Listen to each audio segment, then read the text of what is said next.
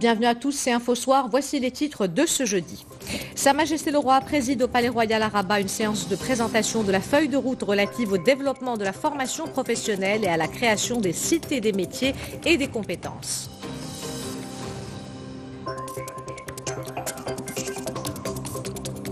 Au cœur de la réforme du secteur des centres de formation professionnelle nouvelle génération, des cités des métiers et des compétences dont sera dotée chacune des 12 régions du Royaume, une enveloppe de 3,5 milliards de dirhams a été allouée à ce projet. En Algérie, le Conseil constitutionnel a entériné la démission d'Abdelaziz Bouteflika. Les bureaux des deux chambres du Parlement se sont réunis pour préparer la séance extraordinaire prévue par la Constitution dans le cadre du processus d'intérim. Le Sacre du printemps de Stravinsky, interprété par la compagnie de danse italienne MM Contemporary Dance Company, c'est à découvrir à la fin de cette édition dans la chronique de Samia Halissi, une œuvre rythmée et puissante qui symbolise à la fois la force et l'appréhension du renouveau. Madame, Monsieur, bonsoir. C'est tout un système qui s'apprête à connaître une refonte profonde. Sa Majesté le Roi a présidé au Palais Royal à Rabat une séance de présentation de la feuille de route relative au développement de la formation professionnelle et à la création des cités des métiers et des compétences. Cette feuille de route qui capitalise sur les acquis du secteur de la formation professionnelle vise la restructuration des filières en fonction de leur pertinence sur le marché de l'emploi ainsi que la modernisation des méthodes pédagogique. Les développements avec Nizhamesh. Cette feuille de route qui vise l'adéquation entre l'offre de formation et la réalité du marché de l'emploi prévoit la création d'une nouvelle génération de centres de formation professionnelle matérialisés par des cités des métiers et des compétences dont chaque région sera dotée.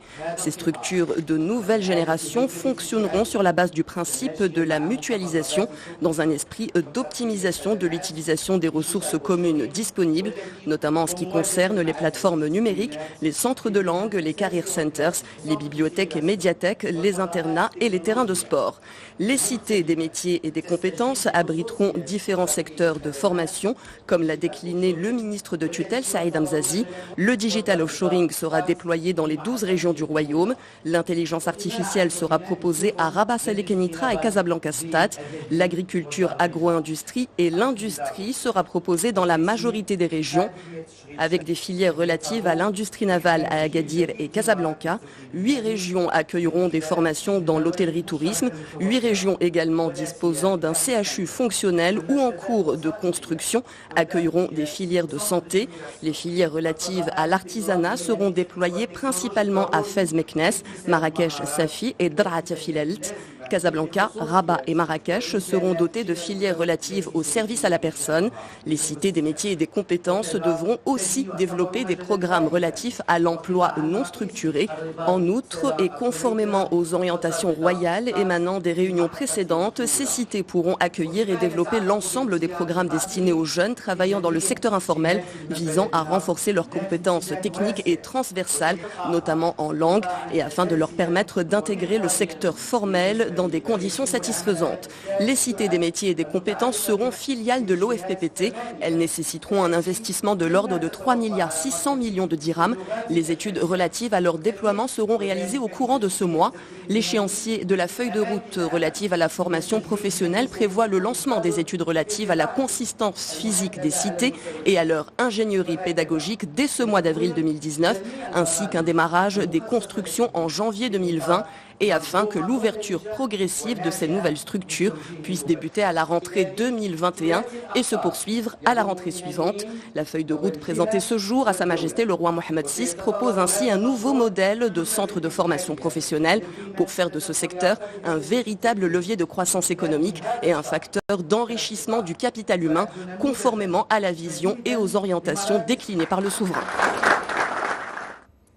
Au cœur de la réforme du secteur des centres de formation professionnelle nouvelle génération, des cités des métiers et des compétences, des structures multisectorielles et multifonctionnelles dont chacune des 12 régions du Royaume sera dotée. Elles assureront des formations dans les métiers de base et seront dotées de structures spécifiques, penser globalement et agir localement. C'est dans cet esprit que ces 12 futures cités seront conçues. Les détails avec Rita Sah. Les cités des métiers et des compétences, un projet ambitieux qui permettra à des milliers de Marocains de bénéficier d'une formation professionnelle de qualité dans de nombreux domaines.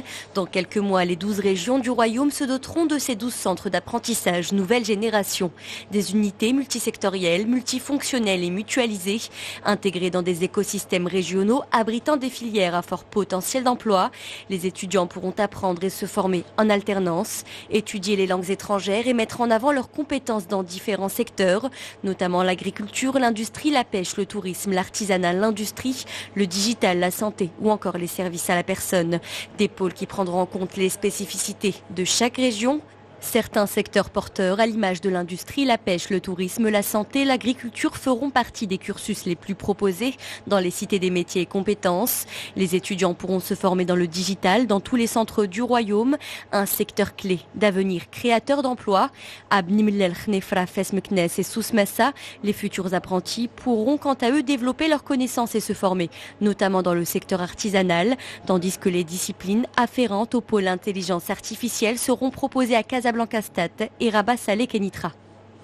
Les futures cités qui auront le statut de société anonyme seront financées par l'État, l'OFPPT et les différentes régions du royaume. Après le lancement des études, les travaux devraient débuter en janvier prochain. À partir de la rentrée 2021, les premiers centres ouvriront leurs portes aux futurs apprentis dans tout le royaume.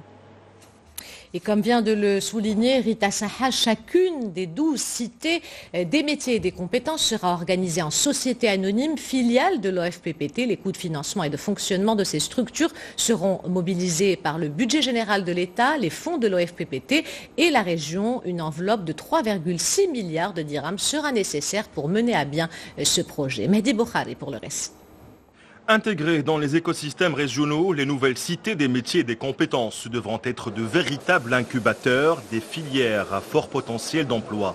12 cités dont la réalisation nécessitera un investissement global de 3 milliards et 600 millions de dirhams, des ressources financières importantes et une architecture particulière et innovante qui mobilisera à la fois la participation du budget général de l'État, les financements de l'OFPT ainsi que les fonds de chacune des 12 régions du royaume. Les premiers financements serviront en lancement dès ce mois d'avril des études de constitution physique et d'ingénierie pédagogique, alors que les travaux de construction des 12 cités ne démarreront qu'en janvier 2020. Une fois les cités sorties de terre, les formations devront démarrer au cours de la rentrée universitaire 2021 et ceci d'une manière progressive jusqu'en 2022.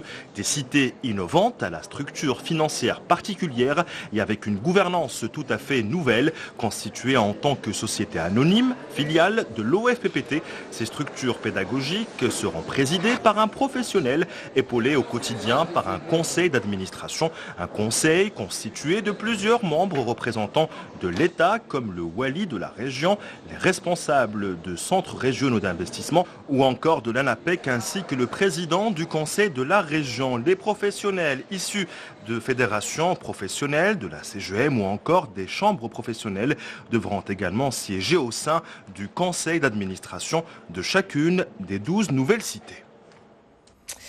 C'est donc un chantier de réforme de grande envergure qui viendra révolutionner le secteur de la formation professionnelle, élaboré conformément aux orientations royales. Cette démarche a pour singularité d'être généralisée sur l'ensemble des régions, tout en étant adaptée à chacun de ces territoires, les besoins de leur économie, leur marché du travail et les attentes sociales de leur population. On écoute ces déclarations. Nous avons eu l'honneur de présenter devant Sa Majesté le Roi, que Dieu le glorifie, la feuille de route du développement de la formation professionnelle. Cette feuille de route qui traduit les orientations, les directives royales contenues dans le discours de Sa Majesté du 20 août, ainsi que celui de l'ouverture parlementaire, quand Sa Majesté a évoqué la question du domaine agricole, de la formation professionnelle, notamment dans le milieu rural, en tant que espace de création d'emplois. Le projet porte sur l'inauguration d'une nouvelle génération de cités des compétences et des métiers qui seront créées au nombre de 12, une dans chacune des régions du royaume. Lors de cette première phase de conception, nous avons veillé à capitaliser tout notre retour d'expérience et à réunir toutes les conditions nécessaires pour délivrer une formation de haut niveau de qualité en partant d'une offre de formation concertée avec les professionnels et qui répond aux spécificités actuelles et futures de chacune des régions, l'adoption d'une charte spatiale et d'équipements de haute technologie rapprochant au mieux l'espace de formation de la réalité de l'entreprise, un nouveau mode de gouvernance impliquant fortement le professionnel et dans les différents secteurs métiers et permettant plus d'agilité et de flexibilité pour s'adapter dans la durée aux évolutions du marché de l'emploi. Nous sommes au niveau de l'industrie, du commerce et des services très heureux de cette stratégie qui accompagne totalement le développement du royaume. Sa Majesté le Roi, que Dieu l'assiste, a donné ses hautes instructions et le résultat est exceptionnel pour nous. Nous sommes ravis de participer à la mise en œuvre de l'ensemble de ces stratégies qui sont sectorielles. Et cette année, la capacité d'accueil de l'OFPPT a été portée à 592 000 places pédagogiques en formation initiale. C'est 40 000 de plus que l'an dernier. Ces formations professionnelles rencontrent un grand succès auprès des jeunes qui souhaitent apprendre un métier qualifiant pour intégrer de la meilleure manière le marché de l'emploi. C'est un reportage de Jalila Benftane et Amara Jarari. Le récit est de Salima Benabou. Bien loin des clichés, elle forme des jeunes à partir de 15 ans à des métiers d'avenir. Pour s'en convaincre, il suffit de se pencher sur cette formation professionnelle et les différentes spécialités qu'elle offre. Dédiée au métier de la mécanique, la pratique en atelier est importante. Les apprentis sont acceptés après quelques entretiens. Le seul critère de sélection est la motivation. Certains ont une idée erronée de la formation professionnelle. Elle se résume pour beaucoup à « tu n'as pas réussi à l'école, alors tu t'es tourné vers la formation professionnelle ». Au contraire, la formation professionnelle ouvre des portes à ces jeunes motivés à apprendre un métier. Ils s'adaptent d'ailleurs très rapidement. Au fil de leur formation, l'image qu'ils se font de la formation professionnelle change. Ce n'est pas uniquement parce qu'ils ont quitté les bancs de l'école qu'ils sont là. Chaque personne, parent, mère ou père, doit se poser la bonne question pour son enfant. Si la formation professionnelle est faite pour lui, alors il doit la suivre. Ce sont des formations diplômantes à des niveaux très différents.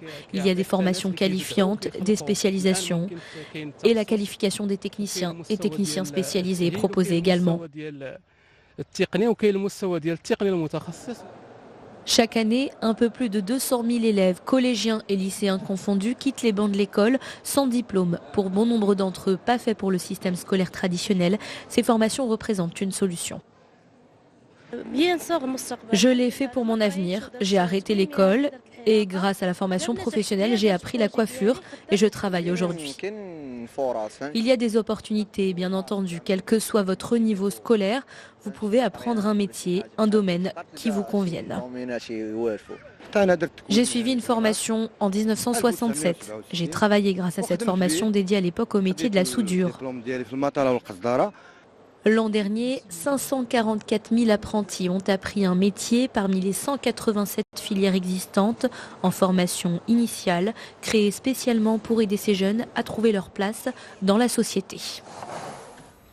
La nouvelle feuille de route qui a été présentée aujourd'hui au souverain est l'aboutissement de tout un processus. Elle a été élaborée conformément aux orientations royales. Sa Majesté le Roi avait insisté sur la nécessité d'adopter une démarche réaliste qui prend en compte de manière rigoureuse les priorités en fonction des besoins de l'économie nationale, du marché du travail et des attentes sociales. Rappelons que le souverain a présidé 3 séances de travail consacrées au programme de mise à niveau de l'offre de formation professionnelle et de rénovation des filières et des méthodes pédagogique, la dernière en date le 28 février dernier. Les détails avec Amina Benhalq. Sa Majesté le Roi Mohammed VI établit un diagnostic précis de l'état de l'insertion socio-professionnelle des jeunes dans ce discours qui aura marqué les esprits. En s'adressant à la nation le 20 août 2018, le souverain appelle à une refonte globale des mécanismes d'appui public à l'emploi des jeunes et à une réflexion sérieuse aux problèmes d'inadéquation entre formation et emploi, problème dont la conséquence est qu'un jeune sur 4 est aujourd'hui au chômage. Il convient d'accorder une plus grande attention à la formation professionnelle, tous niveaux confondus.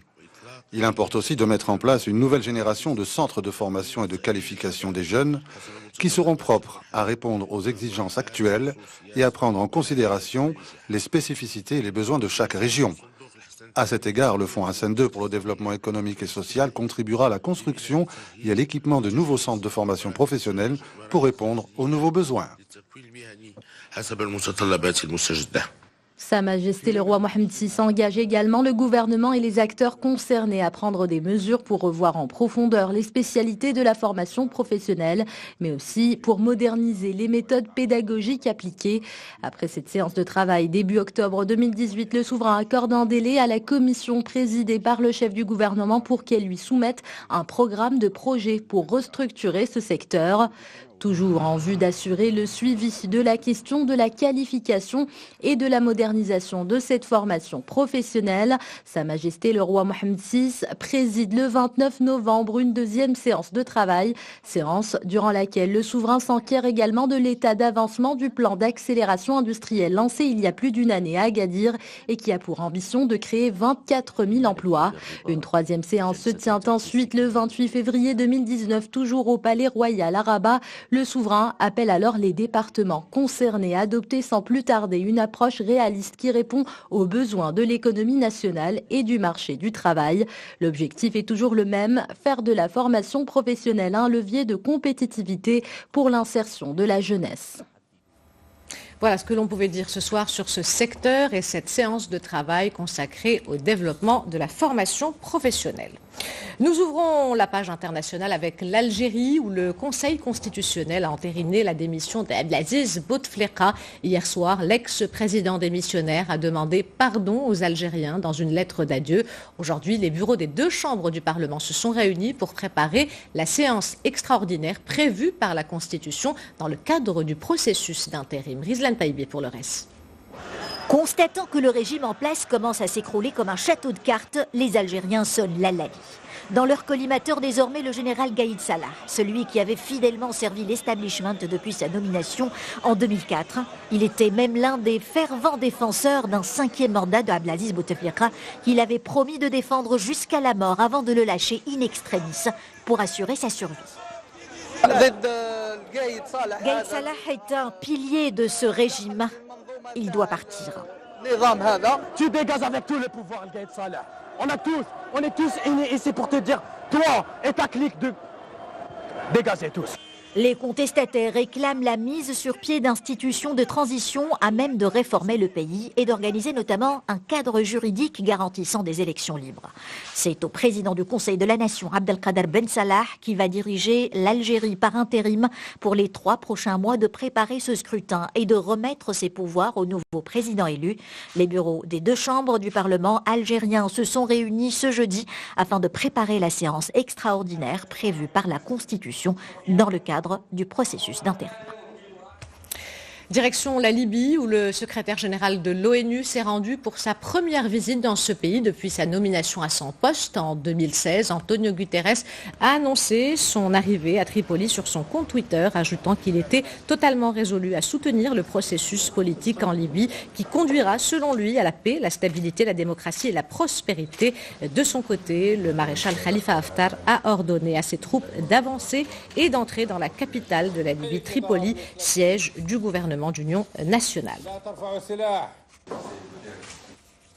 Par une seule voix, les députés britanniques ont voté hier soir pour obliger la première ministre Theresa May à rechercher un report du Brexit pour éviter toute possibilité de sortie sans accord de l'Union européenne. À la date butoir du 12 avril, la proposition de loi a été adoptée par 313 voix. 212 députés ont voté contre. Elle doit être examinée par la Chambre des Lords, la Chambre haute du Parlement. Alors que la sortie de l'Union européenne était censée avoir lieu le 29 mars, les dirigeants européens ont déjà accordé à Londres un sursis jusqu'au 12 avril. Un nouveau délai devra être approuvé à l'unanimité des 27 autres pays membres de l'UE qui se réunissent à Bruxelles pour un sommet exceptionnel le 10 avril. Retour à l'actualité nationale et on va s'intéresser à présent à l'actualité culturelle avec, comme tous les jeudis, la chronique de Samia Harissi. Samia, bonsoir. Bonsoir. Alors vous nous présentez ce soir un spectacle annonciateur du printemps. Exactement, le Sacre du printemps, Ihsen, que l'on doit à Stravinsky et qui à l'époque avait été très avant-gardiste puisque mal compris par ses contemporains. Le compositeur russe s'était inspiré d'une ancienne légende slave païenne selon laquelle pour que la terre refleurisse, Au printemps, une jeune fille doit être sacrifiée. Et dans son interprétation de cette œuvre, le chorégraphe italien Enrico Morelli a exprimé le rythme haletant, saccadé, très rythmé pour illustrer le mal de vivre, la peur de l'autre et la recherche du bouc émissaire, justement pour exorciser cette peur qui est exprimée dans le Sacre du printemps. Et quand on assiste à un spectacle pareil, Ihsan, eh bien il faut être très attentif à chaque note, à chaque pas. Et là, on est tout de suite embarqué dans l'histoire, puisqu'on oublie très souvent qu'une chorégraphie, c'est l'expression d'une histoire à travers le corps et la musique et la danse. Un magnifique spectacle interprété par les danseurs de la compagnie italienne MM Contemporary Company, Dance Company, basée dans la région Reggio Emilia et qui est soutenue par le ministère de la Culture italienne et présentée au Maroc par l'ambassade d'Italie et l'association Dante Alighieri à travers 2 spectacles à Rabat, au Théâtre Mohamed V et à Casablanca au studio des Arts Vivants qui ont reçu un véritable triomphe du public. Marwan Kabassa pour les images, Salim Amnabou pour le récit. On regarde.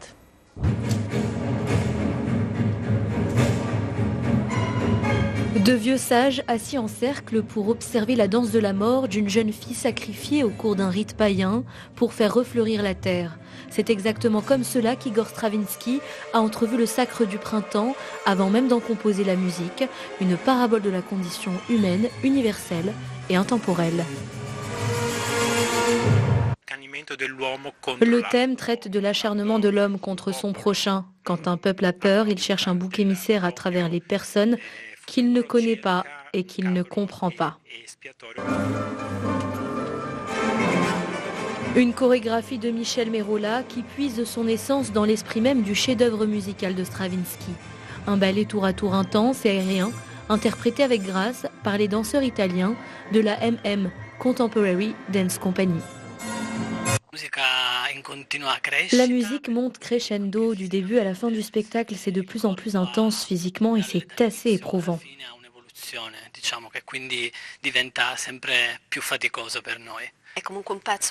Comme dit mon collègue, dans une pièce très chorégraphiée comme celle-ci, nous sentons beaucoup sur nos épaules le poids de ce morceau de Stravinsky.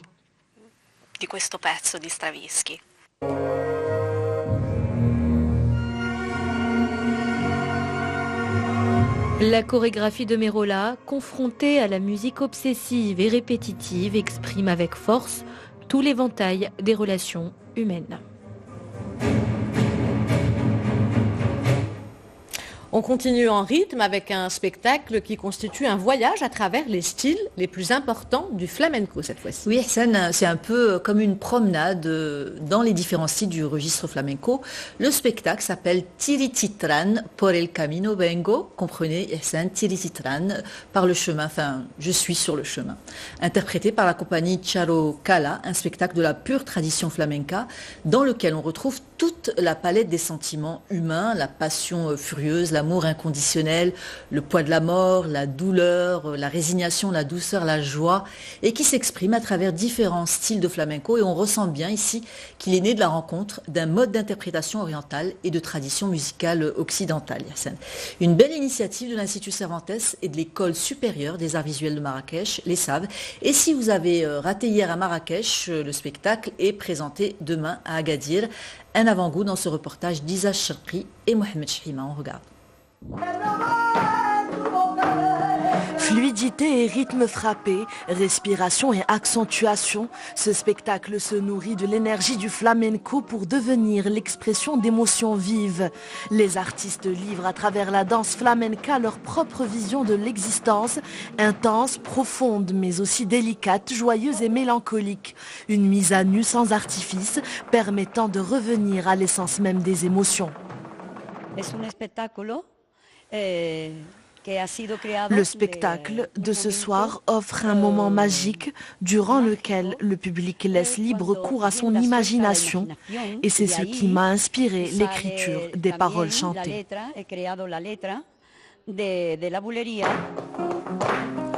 Dans cette création originale, le spectateur est entraîné dans un voyage fougueux et captivant à travers les rythmes et les différents styles du flamenco pour le plus grand plaisir des aficionados, ces passionnés de cet art du folklore populaire andalou.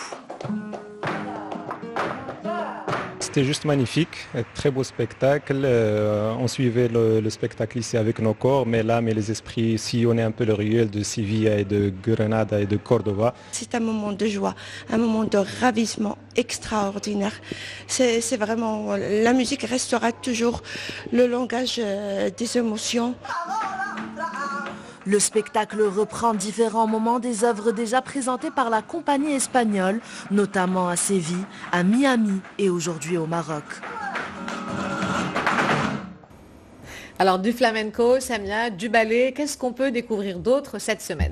Bien des choses, Ihsan, et on va continuer en musique avec le Festival du Fado qui s'est ouvert ce soir et qui se poursuit demain soir à Casablanca au Rialto et qui se clôture samedi au théâtre Mohamed V à Rabat. Et ne ratez pas le Festival du Vent ce week-end à Bozneqa, le festival Mohamed Rizlen des Nomades, c'est jusqu'au 6 avril. Ne ratez pas non plus les très originales nouvelles pièces courtes de deux couplets du 6 au 12 avril dans les instituts français de Meknes, Rabat et Marrakech.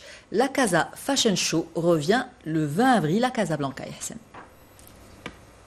Merci Samia, on vous retrouve la semaine prochaine pour une nouvelle chronique culturelle.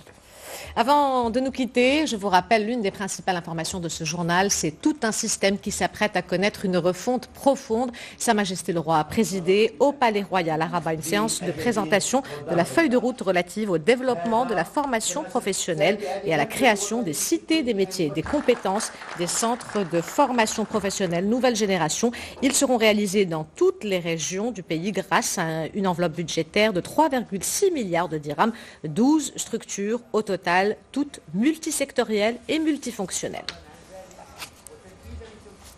C'est la fin de cette édition. L'information se poursuit sur notre site 2m.ma et sur l'application My2M. Le prochain journal El Messaïa vous sera présenté par Hicham Gharfaoui demain à cette même place. Mehdi Soufiane, quant à moi, j'aurai le plaisir de vous retrouver lundi. En attendant, portez-vous bien et excellente soirée à tous.